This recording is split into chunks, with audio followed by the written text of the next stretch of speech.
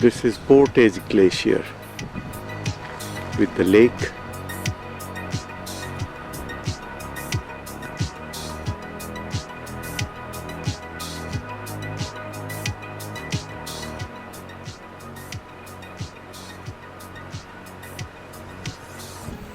One of the very beautiful visitor center. Lots of information.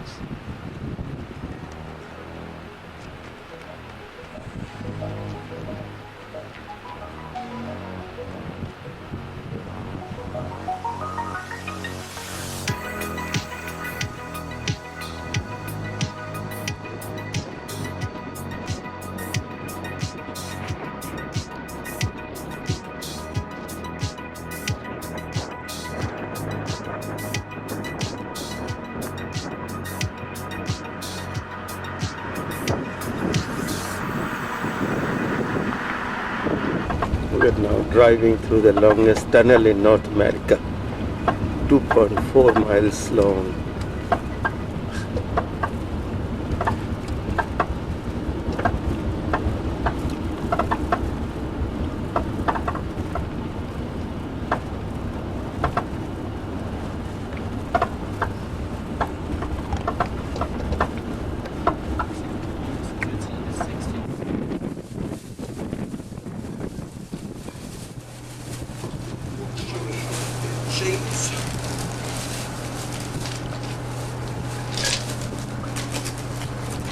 We are going to take this ferry to his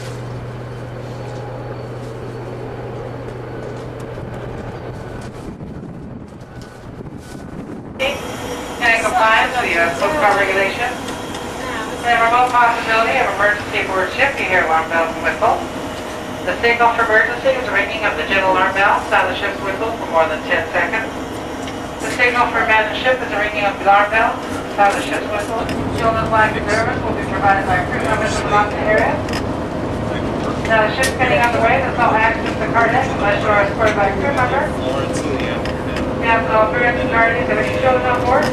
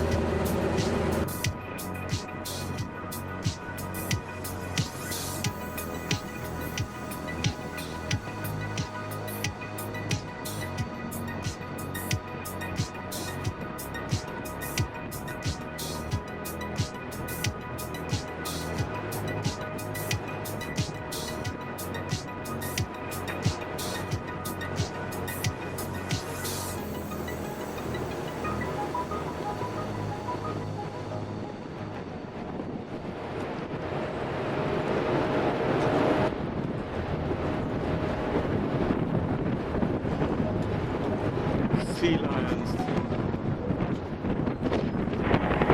icebergs breaking off from Columbia Glacier.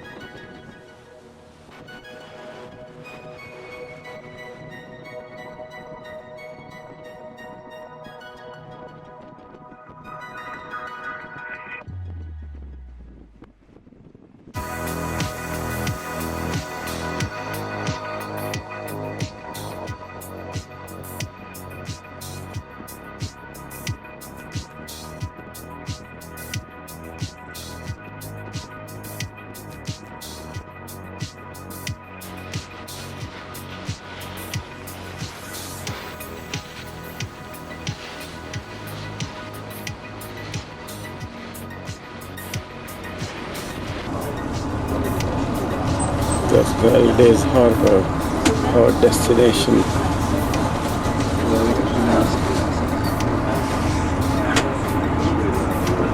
Actually, it's Valdez city we are going to, and 2 super tankers are being loaded there. You're leaving this one, right? Or you're No, loading we're it? taking it. Oh, okay. 5 and 2.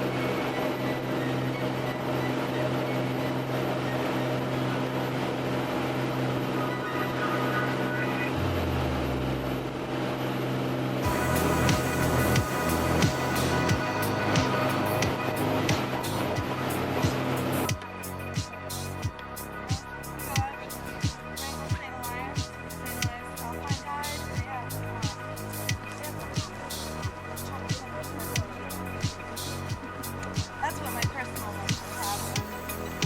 Well, if you really need to get up and go there.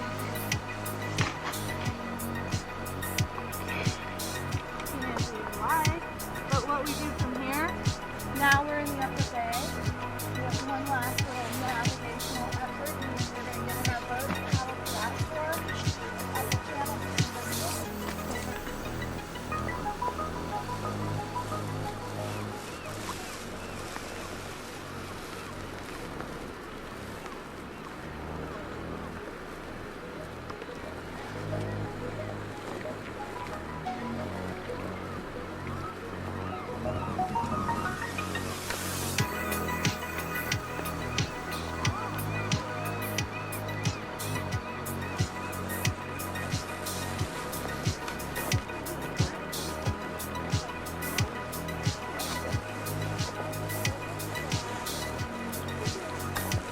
About 50 or 60 years ago, right here.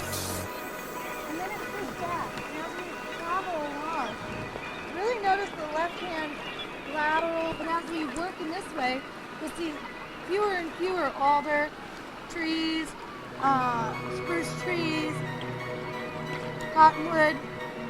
And then all of a sudden you're going to see a canyon with a river in it. So as we travel up, it gives you something to think about how recent history, how recent the glacier face came to here. So here's about 50, 60 years ago, and as we travel up closer, we'll see something that looks more like 30 and 20 years ago. As we look. Yeah. So that's the tidal effect? Yeah, probably. It could be that. Good.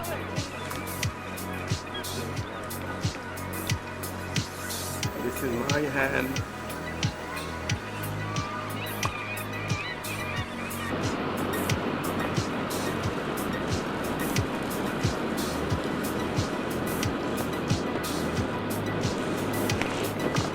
We are not allowed to go any closer to the ice fall now. This is the closest we are allowed to go.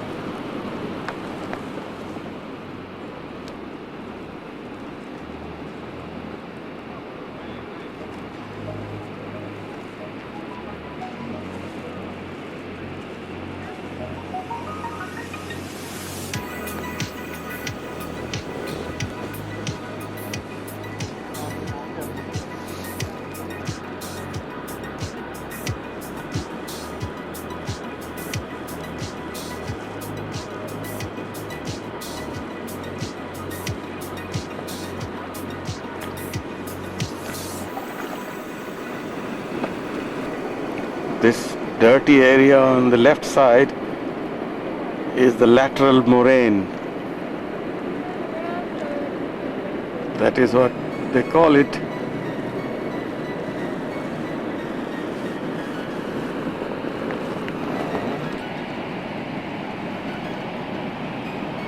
And this is the right side of the glacier. And we're coming to the middle of it.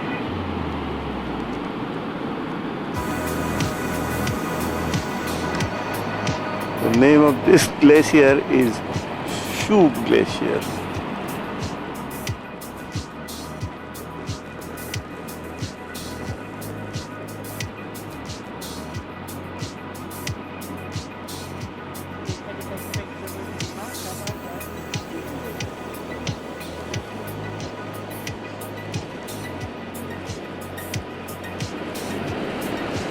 Where is the seal?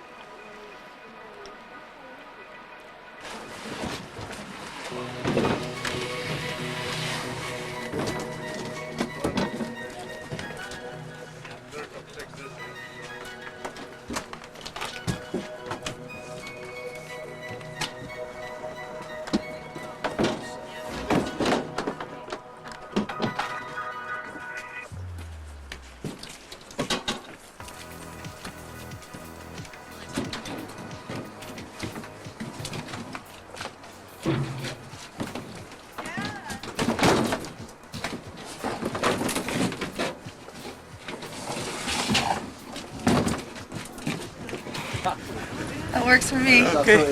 So, how old is she really? She's 18 and I'm 17.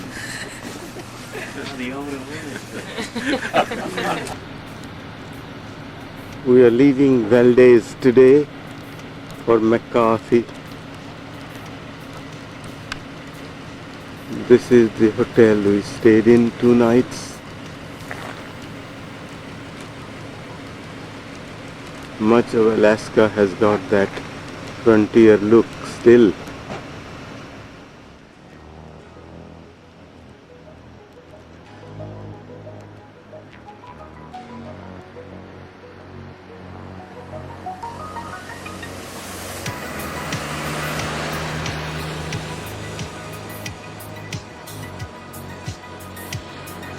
to build it in today's dollars, it would cost $22 billion. When the Trans-Alaska Pipeline was built, it was the largest privately funded construction project in the world. There were no government funds that went into the construction of the Trans-Alaska Pipeline. The original owner companies that made up Alyeska were British Petroleum, Arco, Exxon, Mobil, Ameretta Hess, Phillips, Union, and Ohio oil companies. Because it's connected to the shore by these two large gray arms, and they move up and down with a tide that varies anywhere from 3.5 to 15 feet. It's kept afloat by 13 cone-shaped pontoons, full of loading 20,000 barrels of oil an hour. Each arm has an emergency shutoff valve inside of it so that if the flow of oil, the arms are also designed to deballast a ship. Each berth here at the terminal has its own firefighting capabilities, and through the two remote control monitors you see with the red guns on top. In front of us will accommodate tankers of about 250,000 deadweight ton, and berth 4 and 5.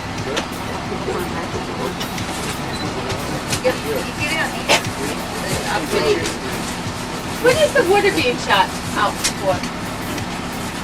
That is over by the Marine Operations buildings. That's the main state. Where is it going? Alaska Pipeline right now goes to Washington State and California. A lot of people think it's being shipped overseas. When the pipeline was built, there was provisions that 61 and 72 degrees Fahrenheit. It is not artificially heated. It moves anywhere from 3 to 5 miles an hour, and it takes anywhere from 6 to 8 days diameter. Each pair of tanks sits inside of a containment dike that's lined with material to prevent any oil from seeping into the ground should there be an oil leak or an oil spill, any rainwater or snow that might already be in the dike. The capacity of each tank fluctuates daily depending on how much oil is coming through the line and how many ships.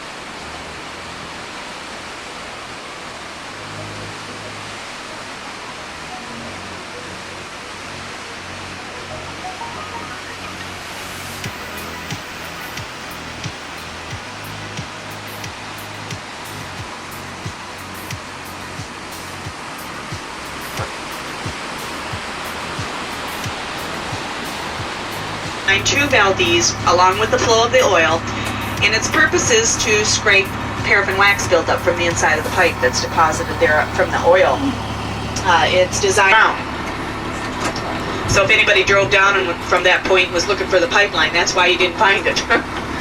The pipe is made of 1/2-inch carbon steel. It's covered in a little less than 4 inches of insulation and then covered with the aluminum jacket.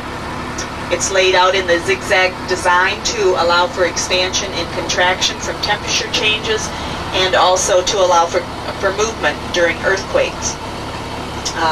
There's areas of the pipeline where it crosses earthquake faults, like at Donnelly and Denali earthquake fault. It sits on a group.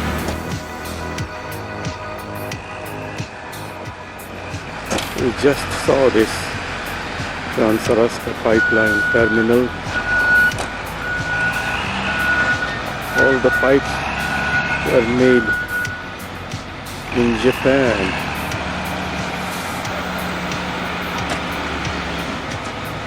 The company that laid the pipeline is called the Alaska, which in Aleut language means the great land.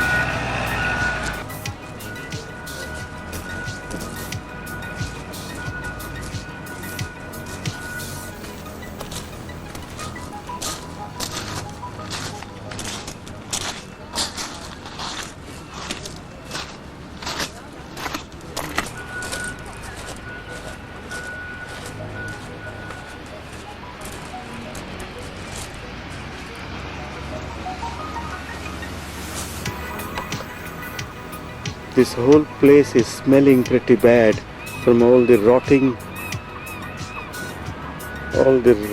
salmon carcasses.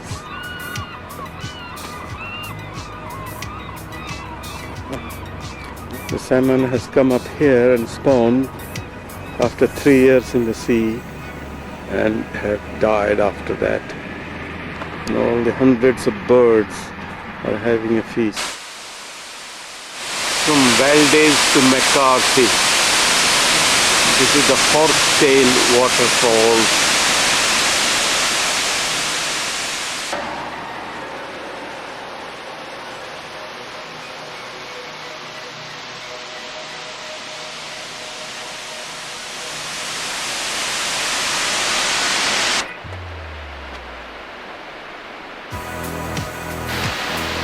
This is the Bridal Veil Falls.